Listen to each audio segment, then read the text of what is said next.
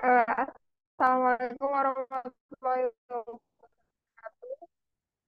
Waalaikumsalam Waalaikumsalam Saya warahmatullahi Ibu. kan pendengar ibu-ibu ya. Baik, hari ini kami dari LPPM akan mengadakan sosialisasi tugas akhir untuk mahasiswa RPL Sarjana Kebidanan. Nah, dari tim LPPM nanti masing-masing akan menjelaskan yang sudah makan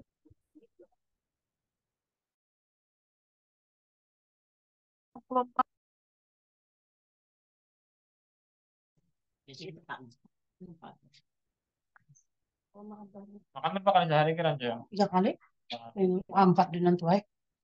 Gimana makan dimakan. Tadi bilang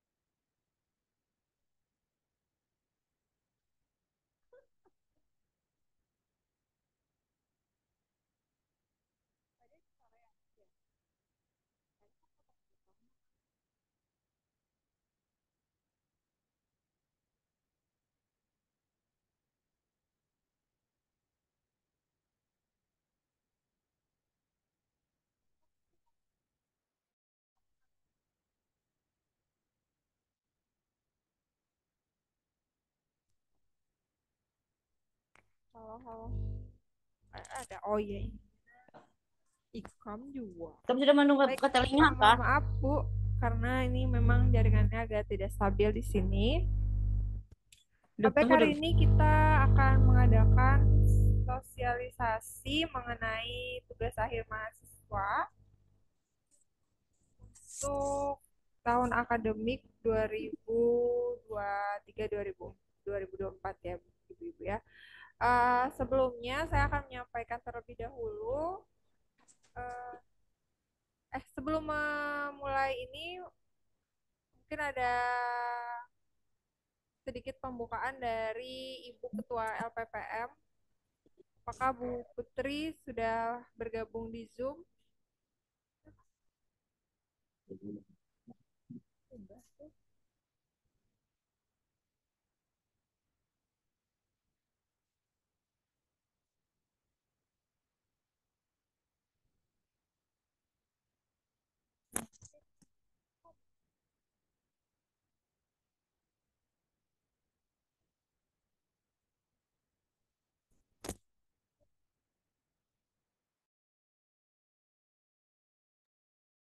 Bu Putri, mohon maaf tidak terdengar suaranya, Bu.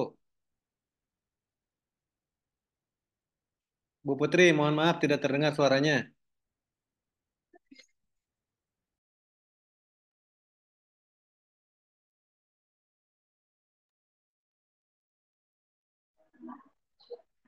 sekarang ada suara ibu nih. Masih belum terdengar suaranya, Bu Putri. Ini ya, Bersabar pula.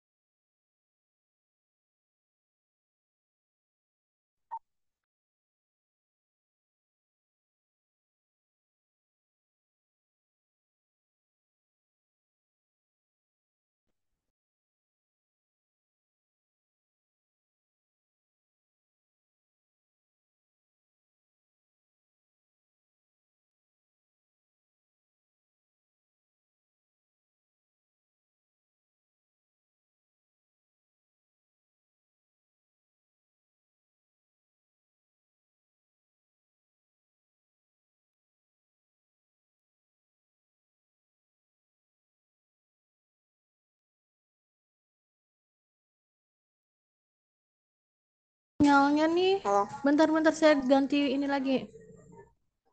Iya. Terus sudah ada suara Pia. Tidak masuk Bu Put suaranya.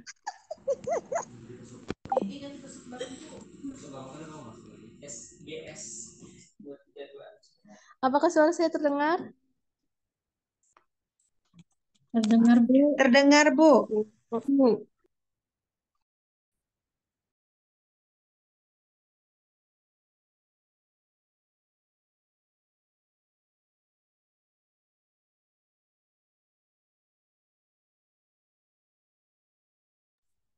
Baik, silakan kepada Bu Putri selaku Ketua LPPM untuk memberikan eh, sepatah dua patah kalimat pembukaan pada kegiatan sosialisasi tugas akhir hari ini.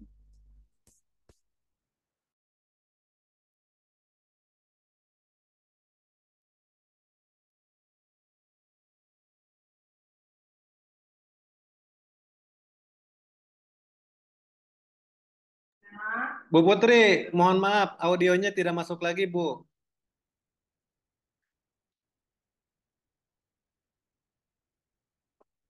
Audionya nggak masuk lagi, Bu Putri.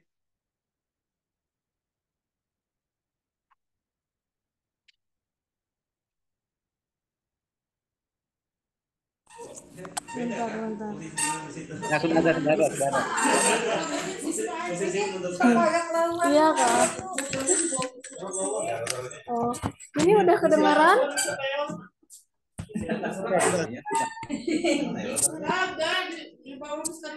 Di bawah,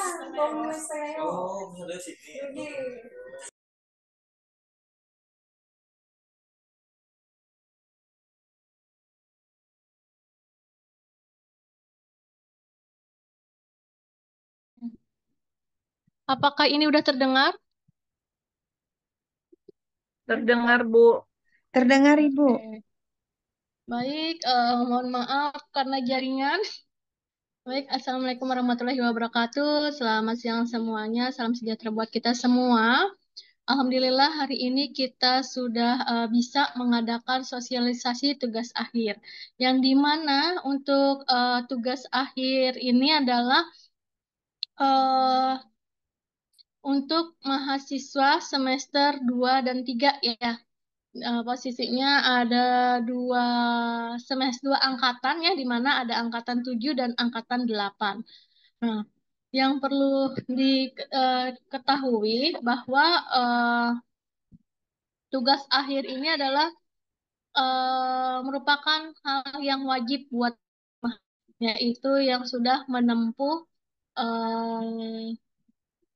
di akhir semester. Nah, di sini kemarin ibu-ibu semua sudah dibagikan pembimbing ya, ibu-ibu semua ya, udah tahu nama pembimbing 1, pembimbing 2-nya ya. Sudah, Bu. Oke, kalau sudah tahu harapannya bisa segera dihubungin semua masing-masing pembimbing, baik pembimbing 1 dan pembimbing 2, sehingga ibu-ibu semua bisa berproses dengan cepat ya. Karena mengingat waktu penyelesaian proposal dan skripsi untuk mahasiswa RPL itu sangat singkat, yaitu proposal terakhir maju adalah di tanggal 20 Mei 2024, sedangkan skripsi waktu penyelesaiannya adalah di 15 Juli 2024. Nah, harapannya dari sini ibu-ibu semua udah bisa mulai dari sekarang sudah bisa berkonsultasi ke masing-masing pembimbing 1 dan pembimbing 2 sehingga nanti tidak ada tunggu-tungguan lagi ya. Jadi silahkan aja kalau mau berkonsultasi itu langsung bisa langsung ke pembimbing 1 dan pembimbing kedua ya. Nah, nanti untuk alur-alurnya akan dijelaskan oleh tim LPPM, yaitu ada Bu Nur Hidayah selaku PJ untuk mahasiswa RPL Kebidanan, terus Bapak Hadi Subahan atau Pak Ahan selaku eh, bagian administrasi ya, dan juga untuk Pak Pauji nanti untuk pengembangan untuk Mendeley-nya ya. Jadi di sini ada selanjutnya ada Pak Reza di mana Pak Reja nanti yang akan bertanggung jawab terhadap etik penelitian.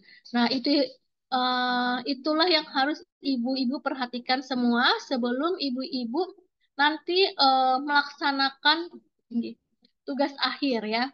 Jadi hal-hal yang perlu diperhatikan di sini harapannya tidak ada penambahan semester ya, karena kita ditargetkan semuanya adalah harapannya semua ibu-ibu ini bisa lulus di semester genap ya, semester genap tahun ini ya.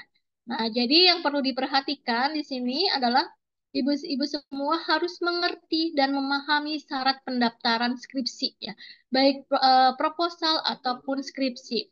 Karena tahapan pertama adalah pengajuan proposal, yaitu nanti ibu-ibu semua ada 2 kali sidang, yaitu sidang pertama adalah sidang proposal, sedangkan sidang kedua adalah sidang skripsi. Nah, itu masing-masing memiliki syarat-syarat pendaftaran ya, yang akan nanti dijelaskan oleh Bu Nur dan Pak Ahan. Terus selanjutnya ada alur pendaftaran proposal dan skripsi. Alur pembuatan surat studi pendahuluan dan surat penelitian. Terus ada alur pendaftaran etik penelitian, ini nanti bisa ke Pak Reza.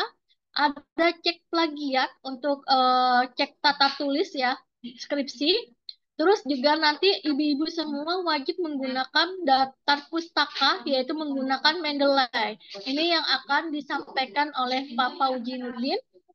Terus juga mahasiswa nanti di akhir penelitian, hasil penelitiannya ini wajib dipublikasikan ke jurnal atau proceeding ya, baik itu yang ada di dalam kampus maupun yang ada di luar kampus. Untuk publikasi bisa berkoordinasi dengan pembimbing 1 ya, pembimbing 1 atau pembimbing 2-nya mau publikasi kemana. Selanjutnya untuk skripsi ya, untuk skripsi semua tanda tangan wajib tanda tangan basah atau tanda tangan asli. Tidak boleh ada tanda tangan scan ya.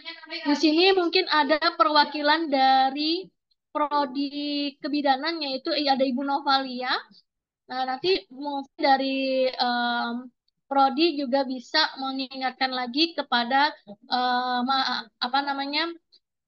mahasiswanya ya terkait dengan syarat-syaratnya. Dan juga yang perlu diperhatikan dalam pembuatan proposal dan skripsi, yaitu ibu-ibu semua wajib mengikuti template yang sudah disediakan oleh LPPM. Nanti untuk template bisa diunduh di web LPPM yang akan disampaikan oleh tim. Nah, dari semua persyaratan ini harapannya semuanya ini bisa berjalan sesuai dengan rencana ya, dan juga nanti berakhir dengan rencana yang sudah ditetapkan, yaitu di akhir Juli ya 2024.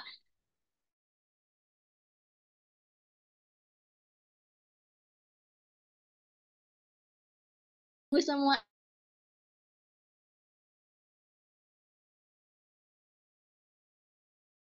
misalnya menemui pembimbing 1, pembimbing 2, silahkan saja nanti ibu-ibu semua diskusikan ke LPPM. Maka kami akan membantu memfasilitasi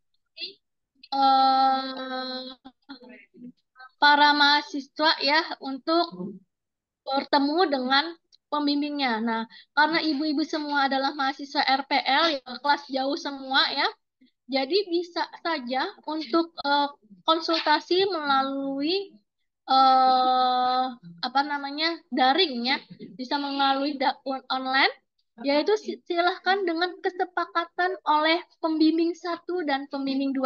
Jadi silahkan saja nanti dikoordinasikan oleh bersama pembimbingnya mau bagaimana sistem konsultasinya, karena di situ semua adalah hak dari pembimbing untuk konsultasi ya. Dan juga harapannya jangan pernah kalau ada suatu masalah jangan hanya diam ya, tolong segera dilaporkan ke prodi ataupun ke LPPM sehingga kami bisa menindak atau menangani dengan cepat ya, karena ini sangat kita kejaran dengan waktu, sehingga ini sangat perlu ya untuk ditindaklanjutin. Baik, itu saja pengantar dari saya. Harapannya semua ibu-ibu yang ada di sini bisa menyelesaikan tugas akhirnya, mulai dari proposal sampai hasilnya itu dengan baik, dengan lancar, ya, tidak ada hambatan, dan juga bisa berkomunikasi baik dengan prodi, ya, dengan pembimbing dan juga kepada LPPM. Baik, terima kasih atas waktunya. Saya kembalikan ke Bu Nur Hidayah. Assalamualaikum warahmatullahi wabarakatuh.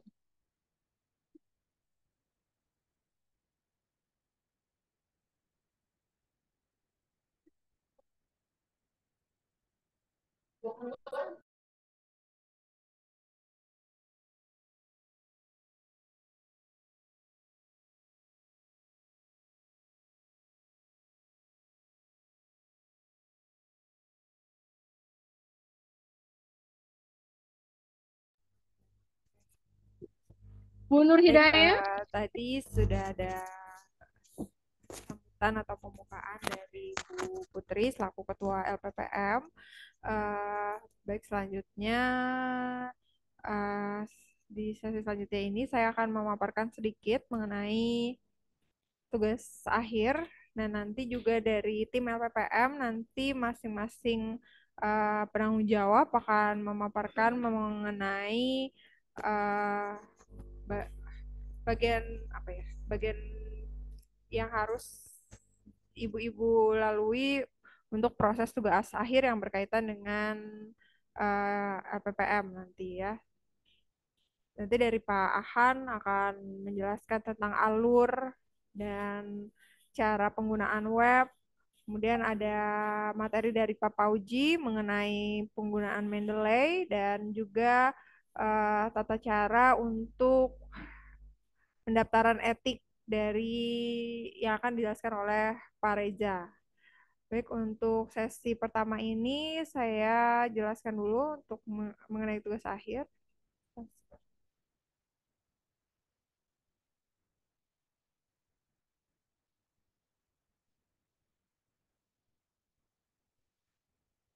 Nah, baik, sebelum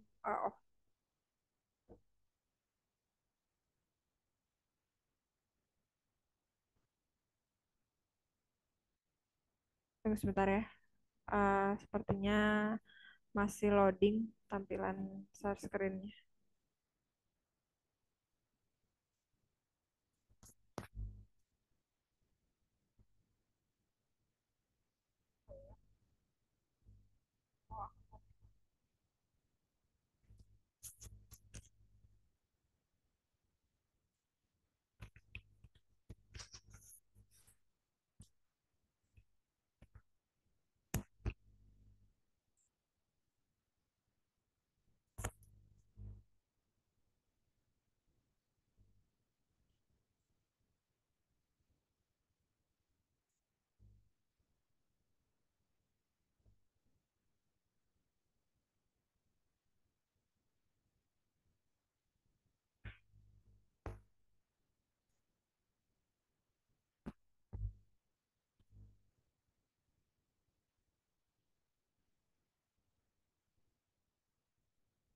Nah, baik, saya sampaikan dulu mengenai visi universitas.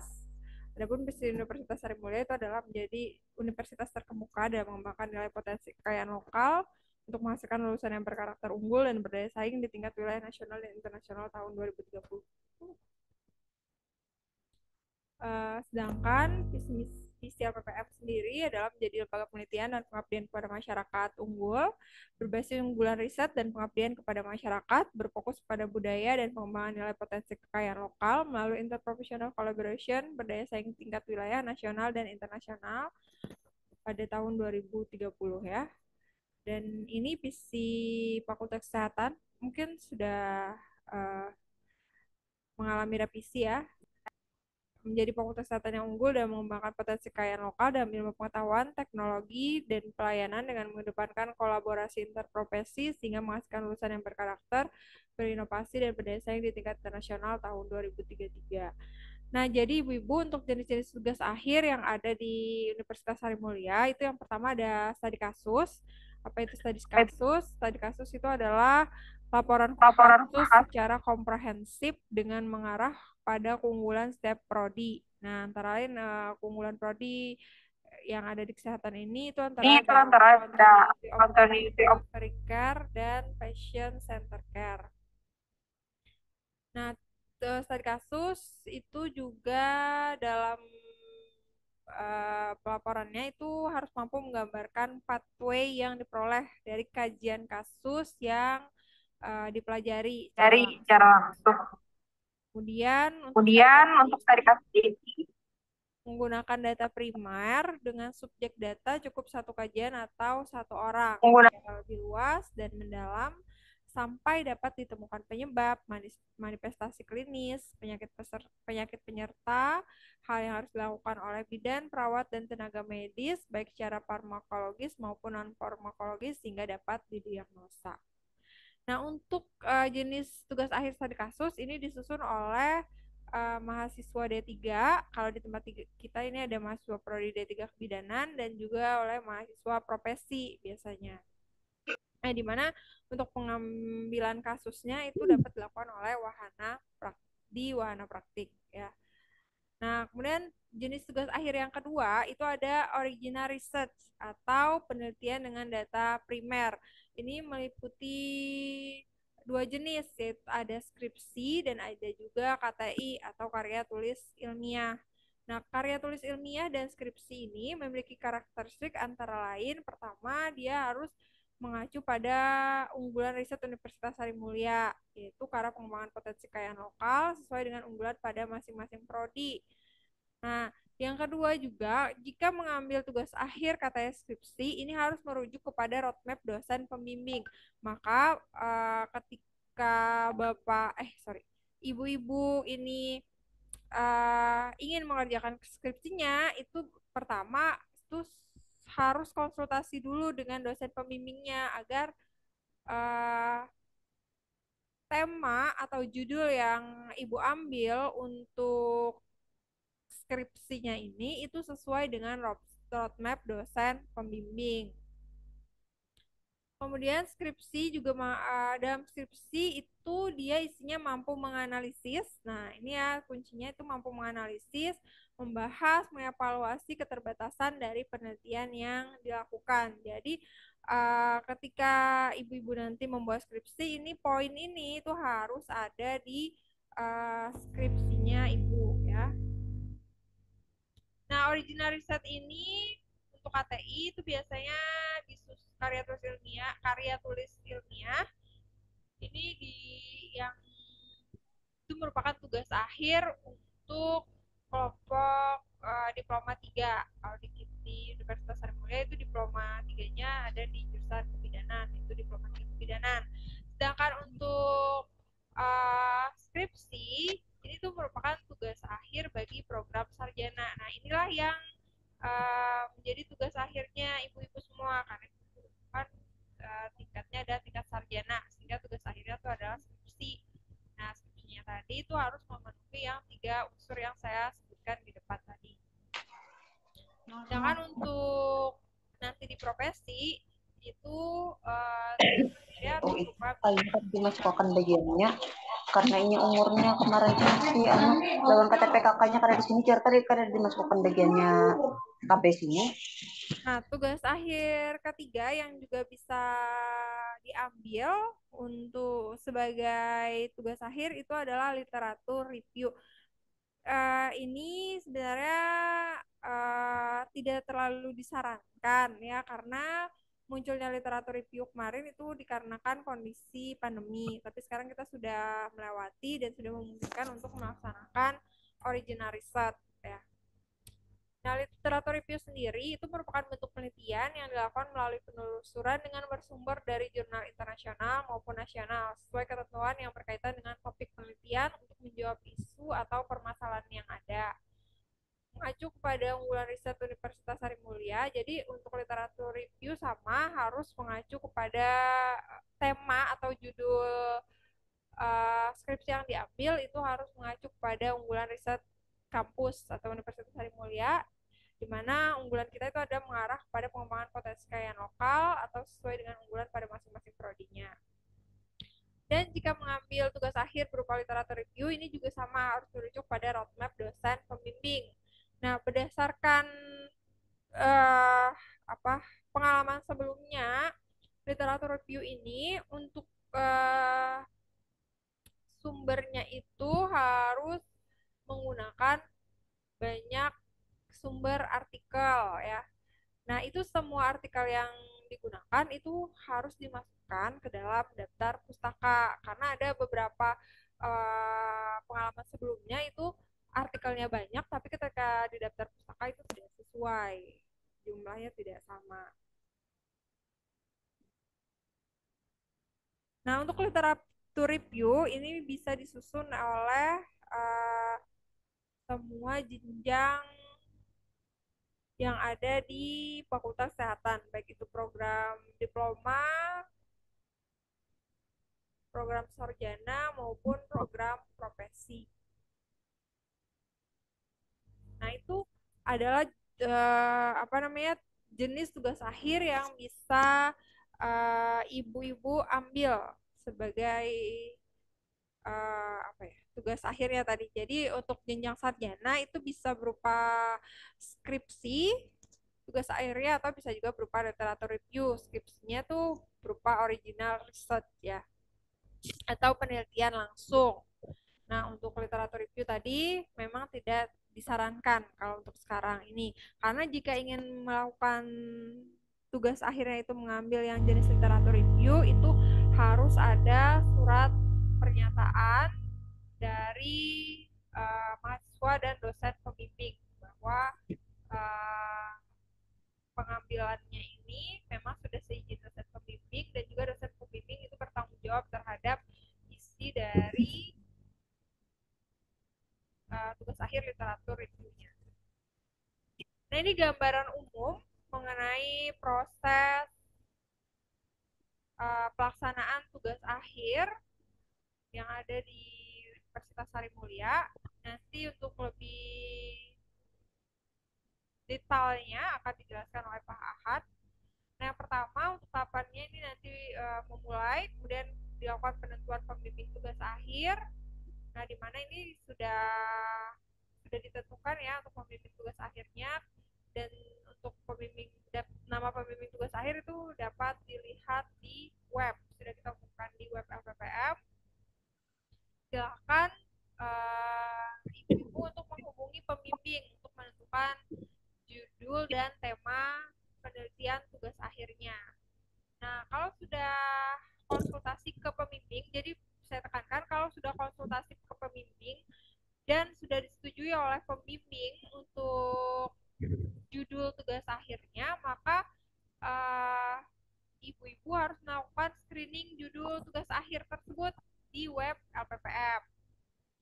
Nah, setelah screening, jika judulnya itu tidak mengandung unsur plagiasi atau tidak ada indikasi plagiasi, maka judulnya disetujui. Nah, nanti silakan mendownload formulir judul yang harus ditandatangani oleh mahasiswa dan juga kedua dosen pembimbing. Jika tanda tangannya sudah lengkap, formulir judul tersebut kemudian diupload kembali di web LPPM. Setelah itu lanjut untuk proses pembimbingan proposal untuk bab 1, bab 2, sampai bab 3. Jika sudah selesai pembimbingan dan sudah mendapatkan rekomendasi dari dosen pembimbing untuk maju sidang proposal, maka silakan mendaftar sidang proposal. Pendaftaran ini juga dilakukan melalui web. Jika sudah mendaftar sidang proposal, nanti akan ada tahapan proses sidang, dan setelah sidang itu mahasiswa wajib melakukan cek tata tulis di LPPM ya, cek tata tulis sidang proposal. Nah, cek tata tulis proposal ini itu akan menjadi syarat untuk ibu-ibu dapat mengajukan surat izin penelitian. Jika belum ACC tata tulis, maka tidak dapat mengajukan surat izin penelitian ke LPPM. Nah, di sini ada revisi setelah surat penelitian, izin penelitian keluar, itu ibu-ibu bisa melakukan penelitian, jadi tidak perlu cek plagiat, ya, tapi nanti langsung berproses lagi di penelitian, mengerjakan skripsi sampai bab 5, bab 4 dan bab 5, hasil dan kesimpulan. Nah, kalau sudah selesai lagi, sebelumnya di sini juga silakan nanti melakukan pendaftaran etik, ya. Jadi bukan cek plagiat tapi pendaftaran etik. Nah, kalau sudah mendapatkan izin dari dosen pembimbing bahwa sudah layak untuk maju sidang hasil, nah nanti silakan melakukan pendaftaran sidang hasil kembali di web LPPM. Lalu setelah itu dilakukan cek tata tulis, dan yang terakhir nanti pengumpulan hard dan soft copy-nya ini dikumpulkan di perpustakaan tapi divalidasi oleh LPPM. Setelah itu ini berarti tahapan untuk tugas akhir yang berkaitan dengan LPPM ini selesai sampai di sini. Namun tadi seperti yang disampaikan oleh Bu Putri, bahwa mahasiswa juga diwajibkan untuk melakukan publikasi hasil tugas akhirnya di jurnal ataupun proceeding, ya, karena nanti itu jadi syarat untuk pengambilan ijazah. Nah, ini harap dicatat ya ibu-ibu, dan perlu diingat ini adalah alamat website LPPM karena semua proses nanti akan dilakukan di web ini, ya, mulai dari screening judul sampai ke proses cek tata tulis skripsinya, pendaftaran cek plagiat. Nah, ini dilakukan di sini, ya. Nanti akan disimulasikan oleh Pak Ahan juga. Nah, untuk proses penentuan pembimbing, sebenarnya ini sudah keluar juga, ya, untuk nama pembimbingnya. Nah, ini saya sampaikan sedikit. Jadi untuk proses penentuan pembimbing itu ditentukan oleh prodi dan juga bekerjasama dengan LPPM, seperti itu, ya. Dimana ada 2 pembimbing nanti yang akan membantu atau membimbing ibu-ibu untuk membuat tugas akhir ini.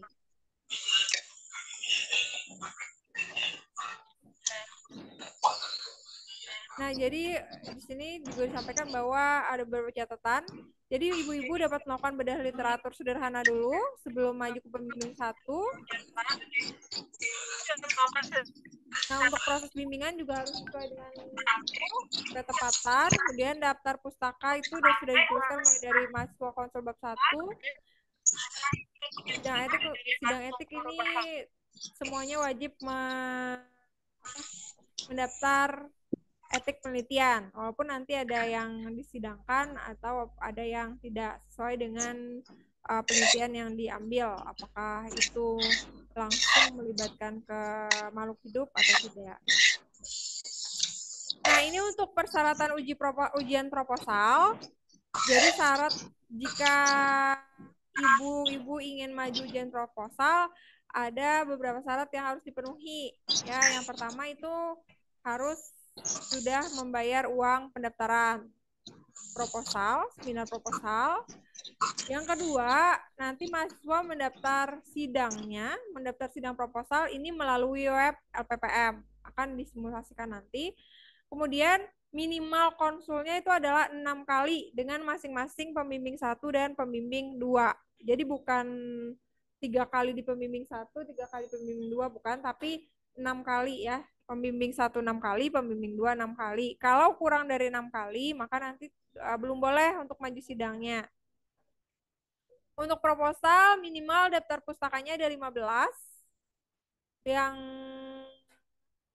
50%-nya itu berasal dari jurnal. Kemudian 50%-nya juga boleh bersumber dari buku. Nah, bagi yang ingin maju ujian proposal itu wajib menonton minimal 3 kali sidang proposal mahasiswa yang lain. Tapi untuk syarat pada poin 5 ini tidak berlaku bagi 6 mahasiswa pertama yang maju sidang proposal. Jadi bagi 6 orang yang mendaftar duluan dan melaksanakan sidang, sudah melaksanakan sidang itu tidak wajib untuk menonton 3 kali. Tapi setelah Lihat kamu dulu kemana, 6 orang Mas? pertama ini sidang, nah itu wajib menyertakan bukti menonton sidang minimal 3 sidang temannya. Terus mahasiswa mengajukan sesuai prosedur pelaksanaan ujian ya. Nah, untuk prosedur pelaksanaan ujian proposal ini nanti kan mahasiswa mendaftar di web, melampirkan berkas yang diminta. Setelah itu nanti diproses oleh penanggung jawab tugas akhir dan ditentukan pengujinya. Waktu proses itu maksimal adalah 2 hari kerja.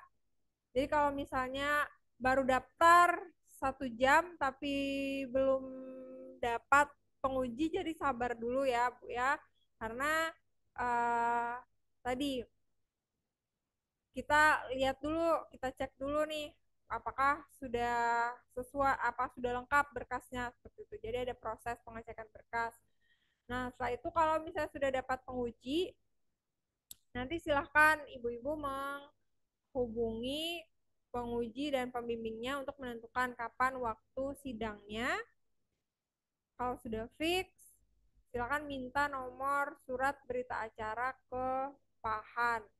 Dan juga kalau misalnya sidangnya itu offline, untuk tempat bisa menghubungi program studi atau tim Sarpras UniSF.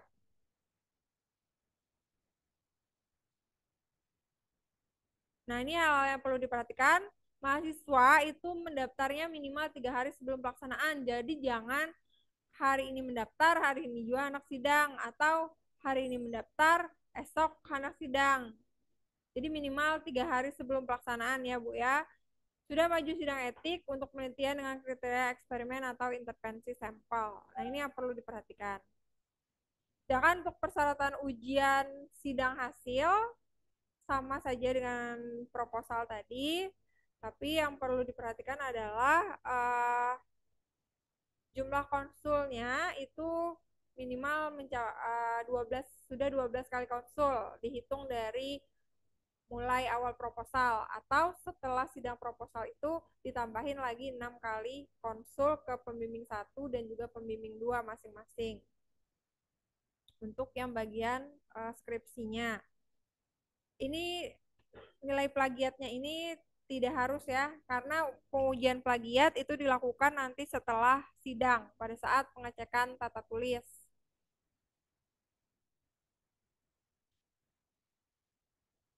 Nah, ini disarankan juga hasil penelitian mahasiswa itu diharapkan dapat dilanjutkan ke dalam kegiatan pengabdian kepada masyarakat, dan ini dibuat laporan terpisah. Nanti dapat berkoordinasi dengan dosen pembimbingnya.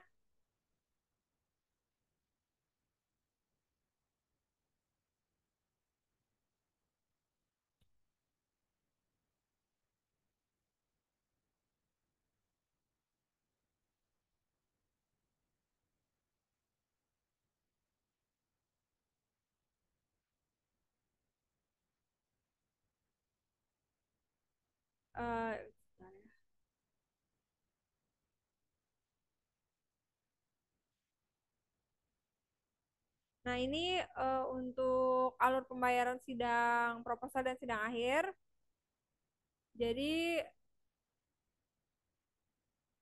pertama, untuk pada saat membayar itu mahasiswa bisa membawa halaman persetujuan yang sudah ditandatangani oleh pembimbing 1 dan pembimbing 2.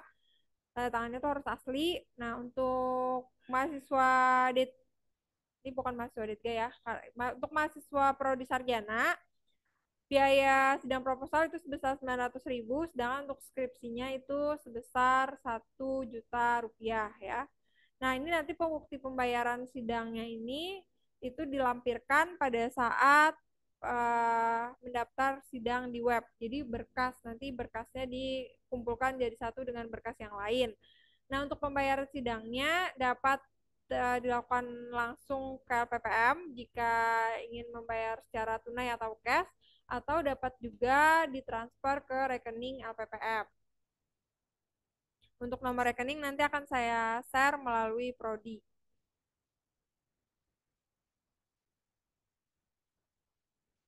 Nah, setelah selesai sidang, tadi mahasiswa itu diwajibkan untuk membuat publikasi dari hasil penelitiannya ya. Untuk publikasi ini nanti mau diterbitkan di mana, itu harus berkonsultasi dengan pembimbingnya. Ya, jadi ditanyakan ke pembimbingnya, Bu, kira-kira ini mau diterbitkan di jurnal atau proceeding apa, seperti itu.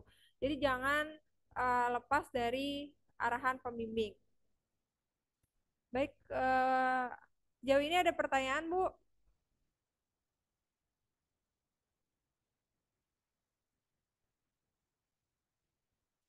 Mungkin itu yang bisa saya sampaikan. Ada yang mau ditanyakan dulu sebelum lanjut ke sesi penjelasan berikutnya mengenai penggunaan Mendeley pada daftar pustaka. Izin bertanya, Bu. Ini silakan, Bu. Yang untuk tanggal 20 Mei tadi terakhir untuk sidang proposal ya, Bu? Oh iya, ini. Jadi untuk sidang proposal terakhir itu untuk sarjana kebidanan yang program RPL ini maksimal itu pelaksanaannya adalah 25 Mei. Sedangkan untuk sidang hasil skripsinya, pelaksanaan mahasiswa tuh boleh melaksanakan sidang paling akhir itu di 15 Juli. Lewat dari tanggal tersebut, maka kemungkinan harus perpanjangan studi. Bagaimana, Bu? Apa cukup jelas atau ada yang mau ditanyakan lagi? Ini jelas, Bu. Terima kasih. Bu, Assalamualaikum Bu, izin bertanya. Nggih. Tadi kan yang terakhir tanggal maju proposal tuh akhir Mei tanggal 22 loh Bu. 25 ya? Nggih. 25 Kak Bu? 25, Bu. Terakhir 25 Mei. Itu batas terakhir lah Bu, mengajukan sidang proposalnya. Mengajukan pian mendaftarnya 3 hari sebelum, Bu, minimal. Jadi kalau misalnya pian 25, paling ada di 22 itu, pian sudah harus melengkapi berkas dan mendaftar melalui web. Berarti pendaftarannya sebelum tanggal 25 lah Bu. Inggih, sebelum tanggal 25 harus mendaftar. Inggih. Maaf Bu, izin bertanya, untuk kita konsul pembimbing itu Bu, gimana untuk prosedurnya itu konsul pembimbing 1 dulu atau langsung konsulnya itu pembimbing 1 dan pembimbing 2 Bu? Atau gimana caranya Bu? Oh, untuk konsultasi sebenarnya senyamannya ibu-ibu aja seperti itu, tapi memang disarankan karena misalnya waktu pengerjaan kan cukup mepet ya untuk ibu-ibu, karena misalnya kayak untuk proposal aja tuh tanggal maksimal sidangnya 25. Jadi kalau saya boleh menyarankan sih mungkin konsulnya dibarengkan aja, Bu, ke konsul ke pembimbing 1, konsul juga ke pembimbing 2. Jadi jangan nunggu selesai di pembimbing 1 dulu baru ke pembimbing 2, karena mungkin aja nanti ada yang salah satu dari pembimbing itu mungkin karena lagi banyak load kerjaannya mungkin agak slow respon seperti itu. Jadi bisa aja dihubungin dua-duanya secara berbarengan. Oh, berarti bisa juga Bu ya, misalnya pembimbing 2-nya bisa duluan ke pembimbing 2, baru ke pembimbing 1 bisa juga Bu ya? Ini bisa. Yang penting yang perlu diperhatikan itu tema atau judul penelitian tugas akhir Ibu itu harus sesuai dengan roadmap dari pembimbing 1 dan pembimbing Oke, 2. iya Bu. Oke. Terima kasih Bu. Iya, sama-sama. Ya, ada Ibu, pertanyaan lain izin lagi, bertanya, Bu. Ibu-ibu? Izin, Bu, bertanya. Ibu. Ini yang konsultasi yang sampai tugas akhir tadi kan 12 kali disebutkan tadi, Bu, ya. Dari proposal sampai hasil. Itu buktinya berupa apa ya, Bu? Ada logbook, nanti akan kita bagikan logbook, Bu. Jadi logbook itu nanti diisi apa aja yang ibu-ibu konsultasikan pada saat pembimbingan dan juga saran dari pembimbing. Nanti juga sebagai buktinya itu akan ditandatangani oleh pembimbing. Nah, karena kita logbook ini juga sedang berproses untuk percetakannya, ya, jadi sedang mencetak juga logbooknya. Nanti ibu-ibu boleh bikin bukti pembimbingan itu, konsultasinya itu di Word aja, dibikin berupa tabel. Nah, tabelnya itu isinya ada nomor, kemudian nanti akan saya kirimkan deh contohnya lewat program studi ya, untuk tabelnya isinya apa aja. Nah, itu nanti diisi. Kalau misalnya bimbingannya dilakukan secara online misalnya atau secara chat WA, nah bisa aja untuk tanda tangan nanti diganti dengan screenshot percakapan, misalnya screenshot percakapan WA-nya. Nah, atau bisa juga nanti karena itu kan perlu tanda tangan untuk di salah satu kolomnya. Nah, ibu bisa konsultasi ke pembimbingnya atau tanya izin ke pembimbing, Bu, untuk tanda tangan nih apakah boleh saya tanda tangan scan aja seperti itu, atau nanti dari pembimbingnya merekomendasikan, oh untuk tanda tangan scan saya kurang berkenan, mungkin diganti dengan ada tulisan ACC aja gitu. Yang penting tuh kesepakatan ibu dengan pembimbing seperti itu, Bu.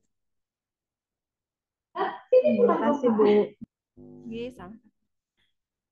Ada pertanyaan lain, Bu? Ibu izin bertanya, Bu. Untuk ujian proposal itu dilakukannya online atau offline ya, Bu? Untuk ujian proposal masih diperbolehkan dilaksanakan secara online, namun untuk ujian sidang akhir wajib offline.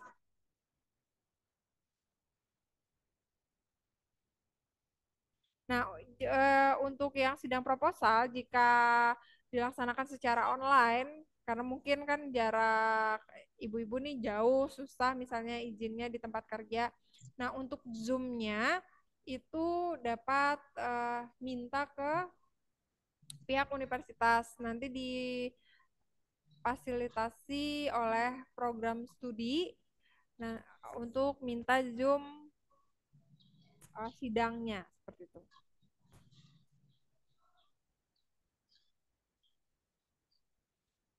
Sidang proposal berarti online juga, Bu, ya? Gimana, Bu? Untuk sidang proposal online, Bu? Ini untuk sidang proposal diperbolehkan online. Tapi untuk sidang hasil akhir skripsi, nanti itu wajib offline, Bu. Wajib di kampus. Wajib di Sari Mulia. Secara yang 15 Juli itu ya, Bu, ya? Yang sidang skripsi itu, hasil sidang skripsi itu, Bu, ya? Ini sidang skripsinya yang offline.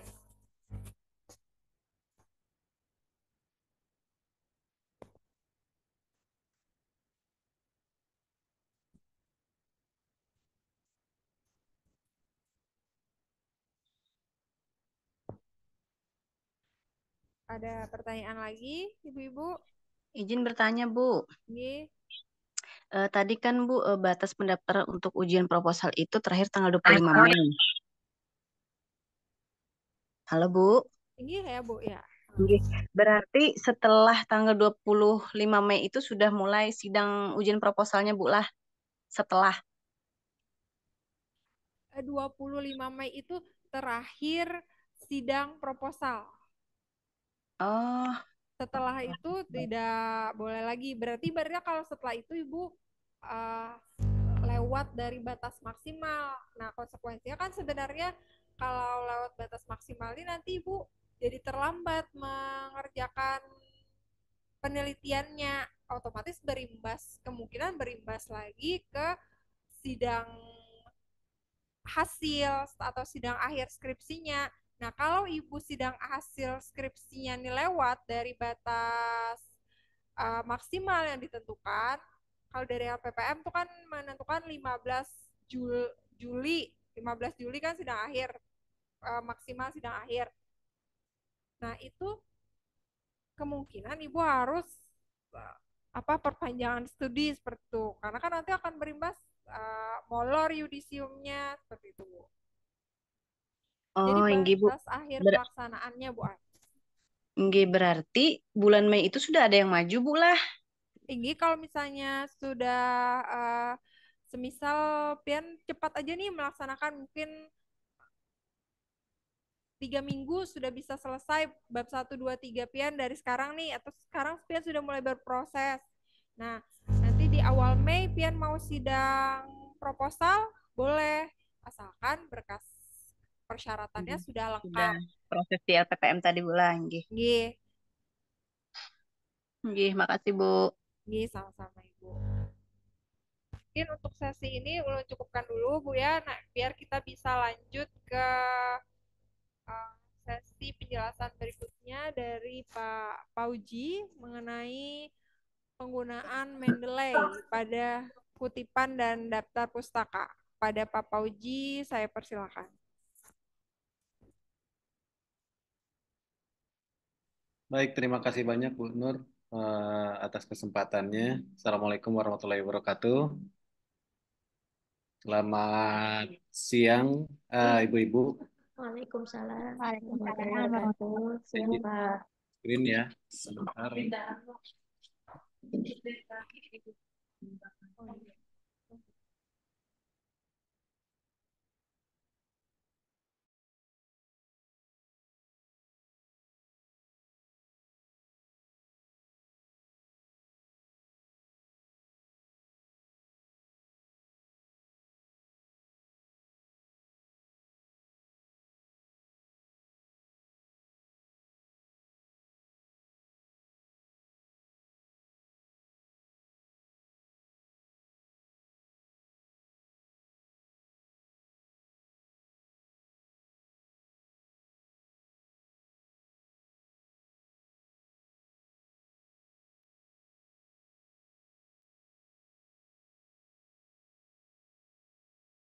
Apakah share screen-nya terlihat, Bu?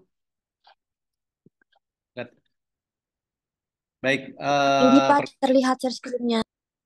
Baik. Perkenalkan, nama saya Fauzi Nurdin di LPPM Universitas Sarimulya. Kebetulan bertanggung jawab sebagai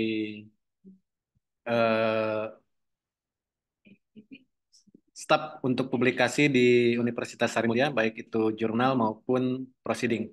Dan dalam hal ini saya juga merupakan bagian dari Mendeley Advisor Community, dan saya mencoba sedikit berbagi terkait dengan penggunaan Mendeley. Kalau di sini mungkin bukan ke penggunaan ya, karena kalau penggunaan ini harus workshop secara khusus, karena tidak bisa dilakukan hanya dalam waktu 10 atau 15 menit.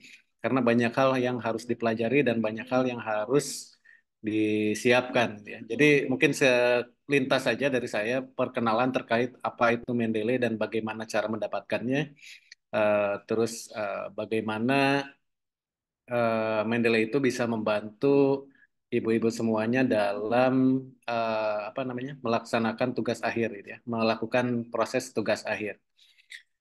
Baik, ini nomor handphone saya tidak simpan di sini ya. Nanti mungkin bisa ditambahkan di chat jika nanti ada ibu-ibu atau rekan-rekan semua yang ingin berkonsultasi atau berdiskusi terkait dengan Mendeley.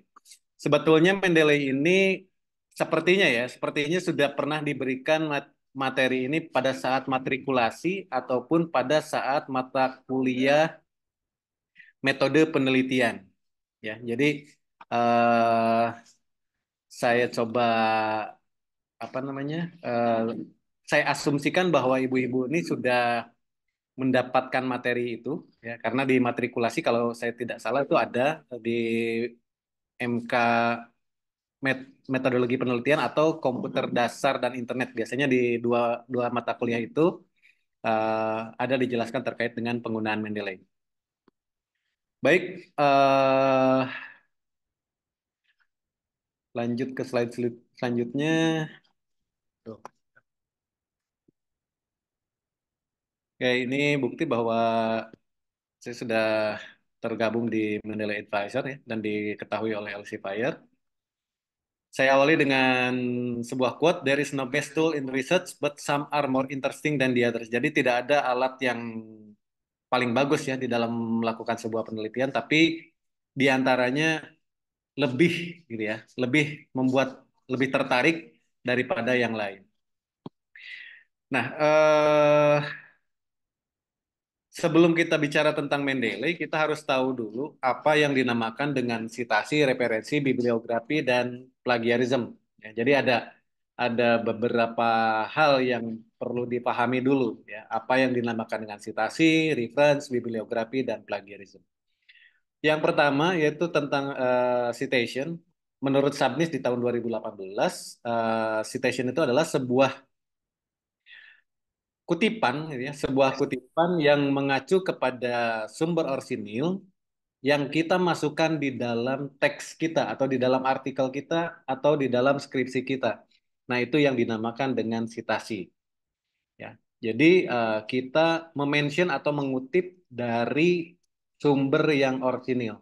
Ya, sumbernya itu bisa jurnal, bisa eh, proceeding, bisa tesis, bisa disertasi, bisa karya tulis ilmiah, bisa dari website, bisa semuanya bisa kita citasi. Ya, itu yang dinamakan dengan citasi. Yang kedua ada reference.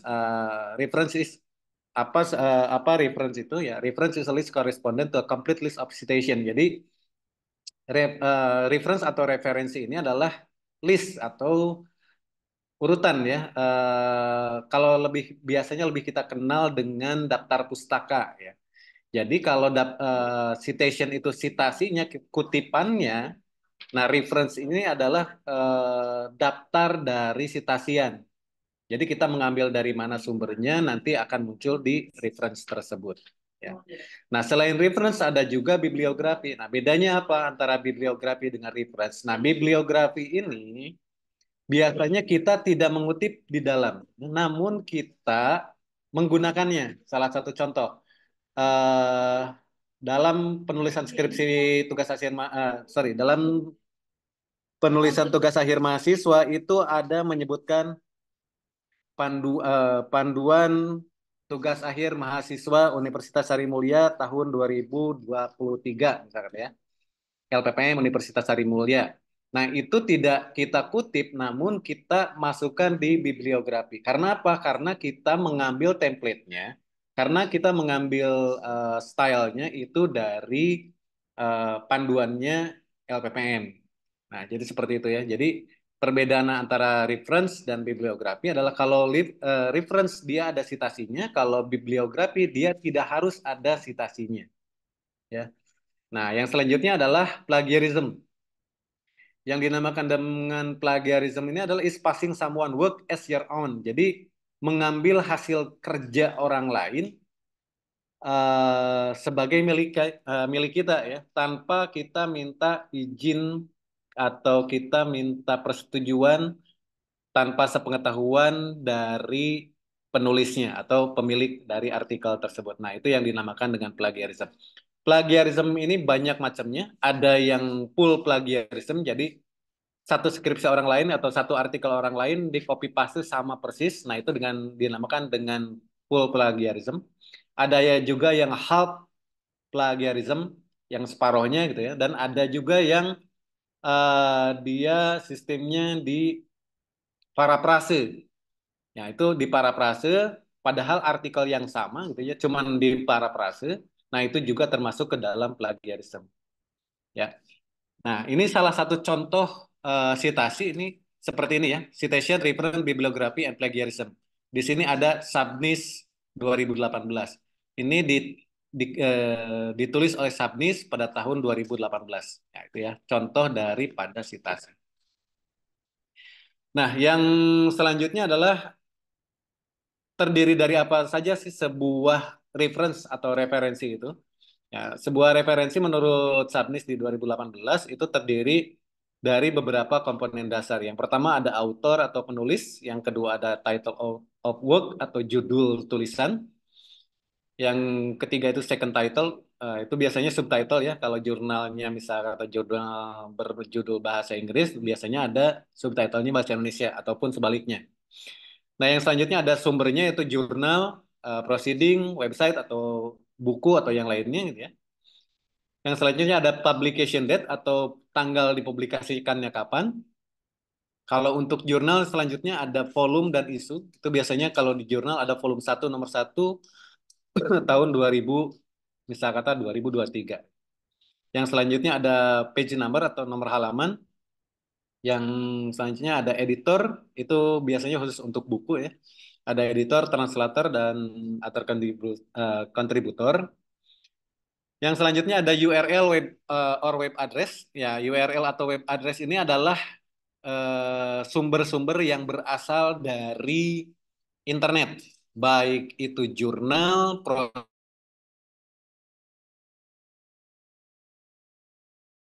proceeding, yang biasa saya dapatkan banyak itu seperti contoh profil kesehatan Republik Indonesia tahun 2019, salah satu contohnya itu ya. Itu bisa didapatkan misal kata di kemenkes.go.id. Nah, itu kita mengacu ke sana. Jadi URL-nya wajib ada ya, yang HTTPS gitu ya, https://lppm.unsm.ac.id. Nah, contohnya seperti itu. Nah, itu URL-nya. Yang selanjutnya ada DOI atau Digital Object Identifier, di mana DOI ini ya, satu artikel di dunia hanya satu nomornya ya.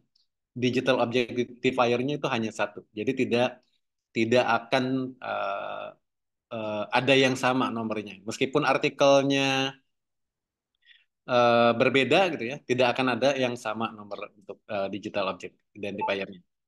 Nah, yang selanjutnya ada date access. Dan date access ini kapan kita mengakses artikel-artikel tersebut atau berita-berita tersebut. Nah, hal ini diperlukan kenapa? Karena tidak selamanya artikel-artikel atau berita-berita yang ada di website itu akan selamanya ada di website atau di internet ya. Bisa saja 5 tahun yang akan datang atau 3 tahun yang akan datang berita tersebut sudah tidak ada lagi di internet ya. Jadi perlu mencantumkan kapan tanggal diaksesnya. Oke, nah itu jadi yang terdiri yang apa namanya termasuk atau bagian dasar komponen dasar dari sebuah referensi. Yang selanjutnya saya langsung ke Mendeley. Nah, Mendeley ini termasuk ke dalam sebuah RMS ya, atau yang dinamakan dengan Reference Management Software, yang kelahirannya itu diilhami oleh sebuah upaya untuk mengintegrasikan antara citasi dan referensi ke dalam sebuah jejaring sosial. Nah, dalam jejaring sosial seperti inilah peneliti dapat berbagi dan berkolaborasi dengan peneliti di belahan dunia ini. Ya, jadi bisa saling berkolaborasi. Nah, kenapa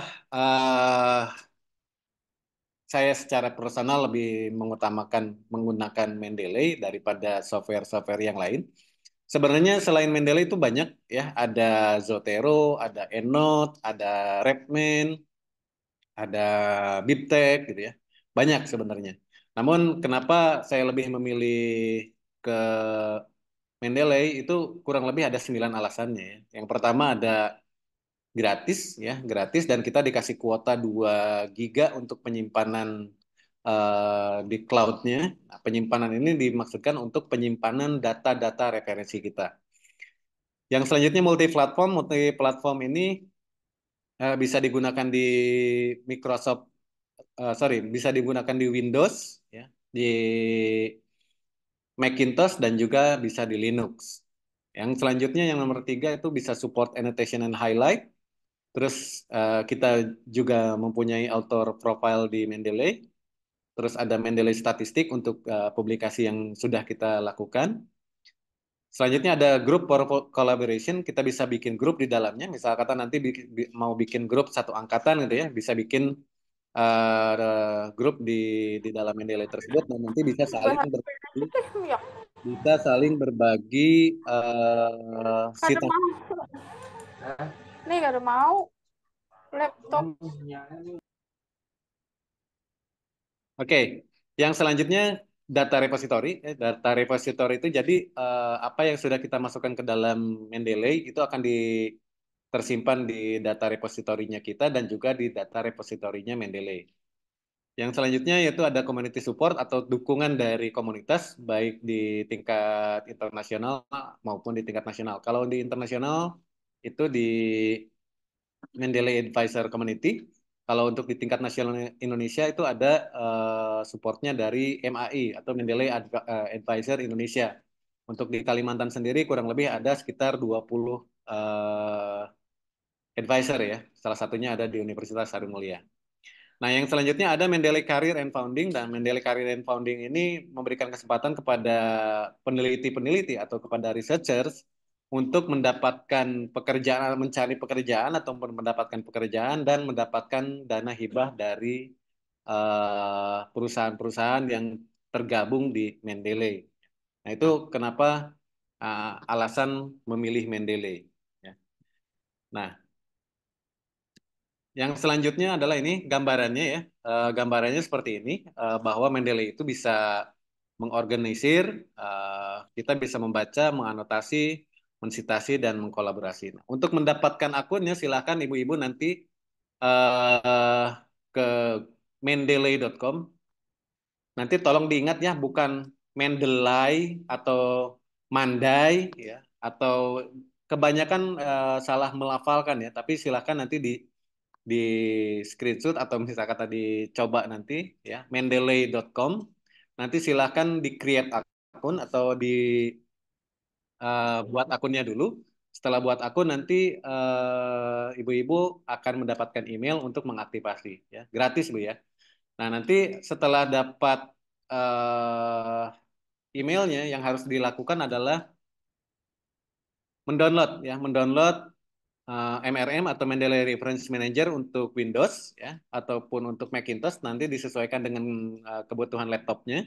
Kalau laptopnya menggunakan Windows ya download yang versi Windows-nya. Kalau laptopnya menggunakan MacBook ya berarti yang versi Mac OS-nya yang di-download ya. Nah, setelah di-download nanti akan ada login lagi.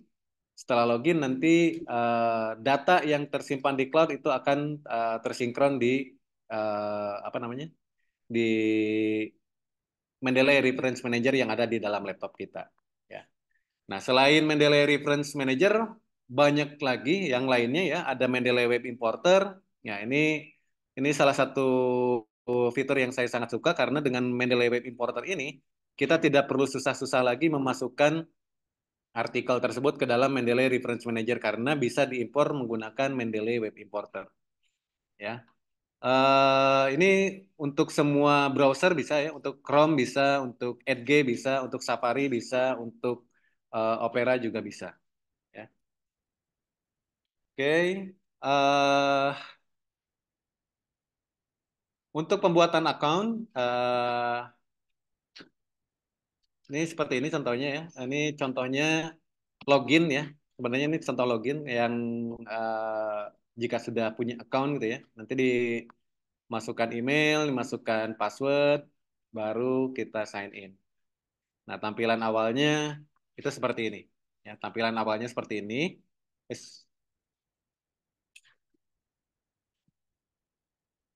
Oke, tampilan awalnya seperti ini dan ketika tampilannya seperti ini ya, welcome to Mendeley. Nah, ibu-ibu semua bisa mencari artikelnya itu di sini. Ya, search for and add to your library. Jadi ibu-ibu bisa mencari artikelnya di sini. Nanti tinggal diketikkan misalkan contoh judulnya pengaruh rebusan air apa namanya pengaruh rebusan daun sirih terhadap kesehatan genitalia perempuan misal kata ya atau pengaruh preeklamsi terhadap apa gitu ya. Nanti silakan dicari di sini, nanti akan muncul beberapa jurnal mulai dari yang terbaru sampai 5 tahun terakhir ya. Nanti akan muncul seperti itu. Ini lebih memudahkan lah dalam pencarian artikel ya. Oke, selanjutnya, nah ini salah satu contoh referensi atau library yang sudah penuh dengan referensi ya. Ada seperti ini, ada banyak artikelnya ya, seperti ini. Terus ketika kita membangun sebuah library, nah ini seperti ini ya tampilannya. Kita bisa membaca di sini ada judulnya, di sini ada penulisnya, dan di sini ada abstraknya. Dan masih banyak lagi ke bawahnya. Ini kemungkinan kalau saya bahas bisa sampai 5-6 jam. Ya, jadi eh untuk pengenalan mungkin bisa apa namanya bisa dipahami dan nanti ada tutorialnya. Kemarin ada sempat saya membuat bukan tutorial ya, ada sempat merekam pada saat menjelaskan terkait dengan Mendeley ini nanti bisa dicek di link YouTube saya. Atau kalau misal kata kebingungan Pak menggunakan Mendeley ini bagaimana? Ini nanti silakan berkoordinasi dengan prodi ya. Jika memang memungkinkan untuk dibuat sebuah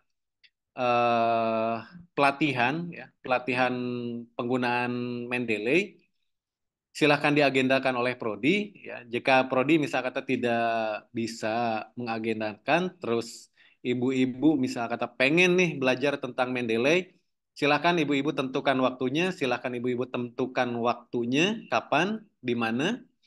Nanti insya Allah saya bisa hadir ke tempat ibu-ibu untuk menjelaskan terkait dengan Mendeley ini. Karena kalau kalau kalau dijelaskan sekarang ini sangat panjang ya. Ini slide-nya aja ada kurang lebih sekitar 70 slide dan tidak bisa dijelaskan secara detail. Tapi kurang lebihnya apa namanya ya gambaran dari ini adalah Mendeley ini mempermudah ibu-ibu dalam membuat daftar pustaka dan juga melakukan sitasi. Nah, selain apa namanya? Selain mempermudah mendapatkan menambahkan sitasi dan daftar pustaka, Mendeley juga berpengaruh besar. Ya, Mendeley juga berpengaruh besar kepada hasil cek plagiat atau cek kemiripan. Ya.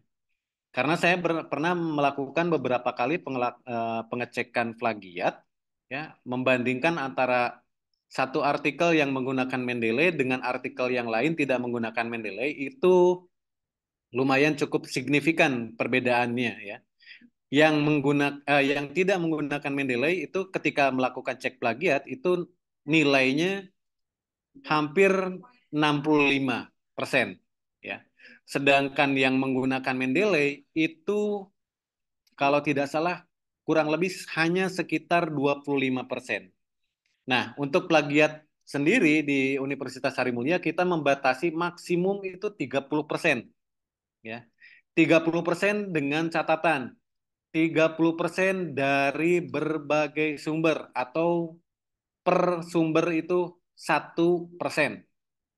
Ya, jadi kalau 30% itu berarti harus dari 30 sumber gitu ya. Nah, kalau misalkan apa bagaimana nanti begitu pada saat cek plagiat itu nilai plagiat saya 30%, tapi hanya dari 2 sumber. Itu tidak boleh ya. Jadi 30% itu harus menyebar dari beberapa sumber acuan ya, dari beberapa sumber. Jadi seperti itu. Nah, mungkin itu saja dari saya karena ini cukup panjang, sementara eh, masih banyak yang lain ya. Jadi mohon nanti kalau misalnya kata ada Bu Nova di sini atau dari Prodi di sini, nanti mohon bisa disampaikan ke pihak Prodi. Jika memang perlu dilakukan pelatihan, monggo silakan nanti tinggal menghubungi saya aja untuk waktu dan tempatnya ya. Kalau misalnya kata di luar daerah Pak bagaimana? Oh, di luar daerah bisa melalui Zoom boleh, nanti silakan. Kalau misalnya kata mau harus datang ke lokasinya pun asal diizinkan silakan. Saya tidak jadi masalah ya. Jadi mungkin itu aja sedikit tentang Mendeley dari saya. Jika ada pertanyaan saya persilahkan dan saya harap semuanya bingung. Jadi kalau bingung semuanya bisa bertanya. Ya. Bapak Alun hendak bertanya, Silakan. yang masalah citasinya itu Pak, Ye. itu kan kalau kita ngambil dari jurnal, Ya. habis itu kita ngambil kutipannya itu, Ya. yang kita andak citasinya itu ampun si jurnal kapa atau ampun si kutipan? Gini-gini ya. Kita kembali ke awal lagi tadi. Ke awal di slide yang pertama. Bentar. Kita perhatikan ke slide pertama tadi.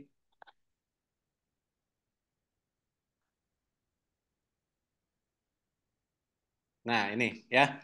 Kita balik lagi ke sini. Citation is a mention of the original source, article, book, website, anything ya. Jadi kita mementionnya itu langsung ke sumber yang orisinilnya. Ya. Alangkah lebih baiknya seperti itu. Biasanya saya banyak mendapati yang kayak gini. Menurut si A dalam si B gitu ya. Menurut si A dalam si B maksudnya dia itu mengutip kutipan orang di dalam artikelnya tersebut. Jadi menurut Pak Ahan dalam Pauji Nurdin 2015 menyebutkan bahwa seperti ini. Nah, itu kalau bisa diusahakan dapatkan dulu yang sumber orisinilnya. Jadi bukan menurut Pak Ahannya, tapi yang menurut Pak Paujinya gitu. Jadi dicari di sumber di daftar pustakanya sumber yang utamanya atau sumber yang pertamanya. Tapi kalau memang tidak ada sama sekali, ya tidak ada sama sekali, maka diperbolehkan seperti itu. Dan itu tidak boleh lebih dari eh, apa namanya dari 20% total citasi dan referensi yang ada di Microsoft Word-nya. Kalau contoh misal kata ada 10 ya, ada 10 citasi misal kata. Nah, itu maka tidak boleh lebih dari 2 citasi yang menyebutkan hal seperti itu. Ya. Berarti harus mencari sumber si ampun kutipan dulu Pak lah, Ya. yang aslinya. Mencari sumber yang paling utama dulu. Biasanya gini, ketika kita melihat artikel itu kan ada kutipannya tuh, ada citasinya tuh. Ada referensinya kan? Nah, kita lihat di referensinya. Tapi kalau misal kata di referensinya ini sudah tidak ada secara online-nya, apa namanya? Sudah tidak ada secara online-nya dan kalau misal kata dari buku memang bukunya sudah lama, maka tidak apa-apa menggunakan yang menurut si A dalam si B tadi. Mencitasi citasian orang lain gitu ya. Tidak apa-apa. Tapi selama ini saya mencoba menulis beberapa artikel, gitu ya, mencek beberapa artikel, rasanya jarang, gitu kan, jarang menemukan yang seperti itu. Karena apa? Karena ketika saya telusuri artikel utama yang dituju itu masih ada di online-nya gitu. Jadi usahakan merujuk ke sumber yang utama dulu. Jika memang sudah dicoba tidak ada, maka baru boleh menyebutkan menurut si A dalam si B. Citasi dalam. Monggo silakan, ada lagi yang ditanyakan? Terima kasih Pak. Iya, sama-sama Bu. Ada lagi yang ditanyakan? Silakan.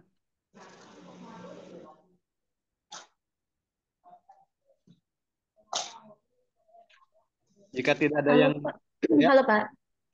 Ini ada ulun mencoba mendownload yang Mendeley Reference Management itu. Ya. Pas ulun buka, terus ada pilihannya lagi. Please select whether you wish to make this software available to all user or just yourself. Di available for all user aja Bu. Di all user lah Pak lah. Habis itu diinstal Pak lah. Ya. Oh, gini aja. Saya coba. Salah. Ya, saya coba share screen ya untuk pencarian artikel nih karena penting mungkin buat ibu-ibu. Saya coba share screen untuk pencarian artikel aja Bu ya. Ini.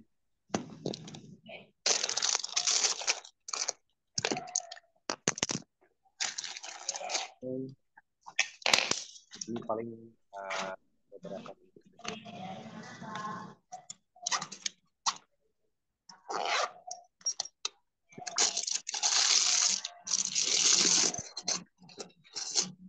Oke, mohon audionya di mute ya.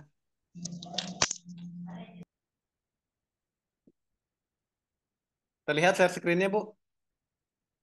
Jadi terlihat, Pak. Oke. Nah, ini contoh ya. Contoh nanti ibu-ibu kalau misal kata mau bikin akun, nanti silakan di sini create account ya. Create account di sini ya. Ini tuliskan emailnya harus yang aktif ya. Terus untuk password itu harus huruf besar, huruf kecil, angka dan nomor ya. Simbol, sorry. Huruf besar, huruf kecil, angka, simbol itu harus ada ya. Ini Ada baca. ya, misalnya @yayasan Indah Banjarmasin 2024. Contohnya email passwordnya seperti itu ya. Itu contohnya. Nanti diisi aja semuanya kayak membuat akun Gmail seperti biasa. Nah, ini saya contohkan untuk sign in dan saya akan mencoba mencari sebuah artikel. Ya. Ini mencoba mencari sebuah artikel. Nanti tampilannya akan seperti ini ya, Bu ya. Setelah kita login ya. Nanti kita cari coba di sini eh apa namanya? Back pain ya atau back pain terlalu susah. Preeklamsi.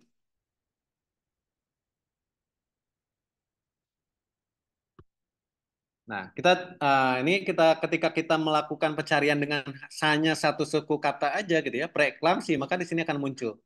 Ya, ini tampilan untuk artikel yang berjudul preeklamsi. Di dalamnya ada preeklamsi.